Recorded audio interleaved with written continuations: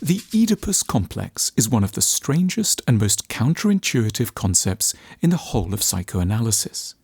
First formulated by Sigmund Freud in 1899, and taking its name from the mythical Greek tragic hero Oedipus, who in the eponymous play by Sophocles unknowingly sleeps with his mother and kills his father, this suggests that every child goes through a phase, normally between the ages of 3 and 5, of physically desiring its opposite-sex parent, while wishing to do away with or kill its rivalrous same-sex parent. Expressed bluntly like this, the complex tends to arouse immediate puzzlement, ridicule, or disgust. Children aren't generally to be witnessed expressing any kind of sexual desire, and we are unlikely to remember anything in our own lives remotely resembling what Freud insistently describes as a universal truth. However, the explanatory power of the Oedipus complex is likely to increase, as is often the case with Freud's ideas, the less literally we take it. In other words, the more we view it as providing us with an overall picture of the genesis of human sexuality, rather than as a concrete event in a given child's mind. We might think of the Oedipus complex as offering us a guiding narrative about how we come, through the varied experiences of childhood, to have our own distinctive approach to sexuality. The complex shines a light on a range of questions. How confident do we now feel in our powers of attractiveness? Are we disgusted or broadly at peace with our sexuality? Do we think that other people are likely to reject or accept our advances? And how much are we intimidated by our desires? What is telling is that a huge range of responses are to be found here. Some of us labour under critical degrees of shame and terror. Others have no particular difficulty making our appetites known and acting on them in reciprocal situations. Sex may be a source of exceptional joy, or the locus of boundless masochism and paranoia. With Freud's ideas in mind, rather than imagining that we actually wanted to sleep with anyone as children, we might say that we went through a phase of exploring what it might mean to prove attractive to a man or a woman. Importantly, we did so in the form of a game, one in which we no more wanted things to become real than we would, when we played pirates or jungle explorers in the kitchen, have wished to join an actual Caribbean drug cartel or a trip down the Amazon. Little boys and girls will, in a limited way, try out what happens if they attempt to charm mum or dad.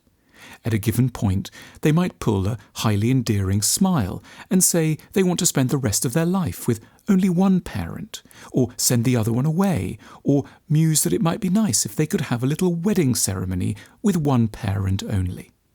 And here, for better and for worse, the games can unfold very differently according to the emotional maturity of the parent.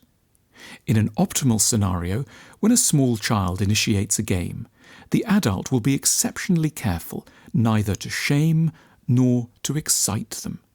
They won't say, "Don't be so silly," or "How repulsive." They won't get furious or punishing.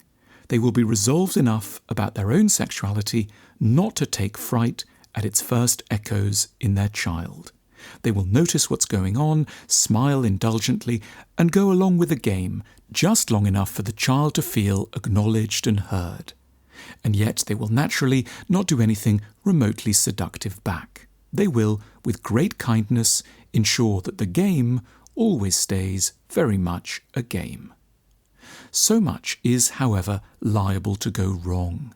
There are mothers and fathers too fragile internally to allow a child to flex their faculties of attraction. They get bitter or snide, dismissive or angry. There can only be one chief or one queen bee. There are parents too deeply swallowed up in cares and depression to allow themselves to be charmed. And then there are parents whose loneliness and confusion means they mistake a child's game for some form of genuine desire for sexual contact, with all the obvious, tragic, lifelong repercussions that ensue.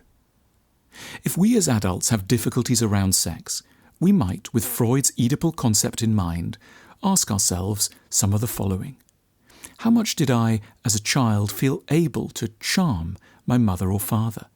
Did they seem to take pleasure in my existence? Were they angry, sad, or simply always elsewhere? Was my same-sex parent able to tolerate my games, or did they respond with bitterness or bullying?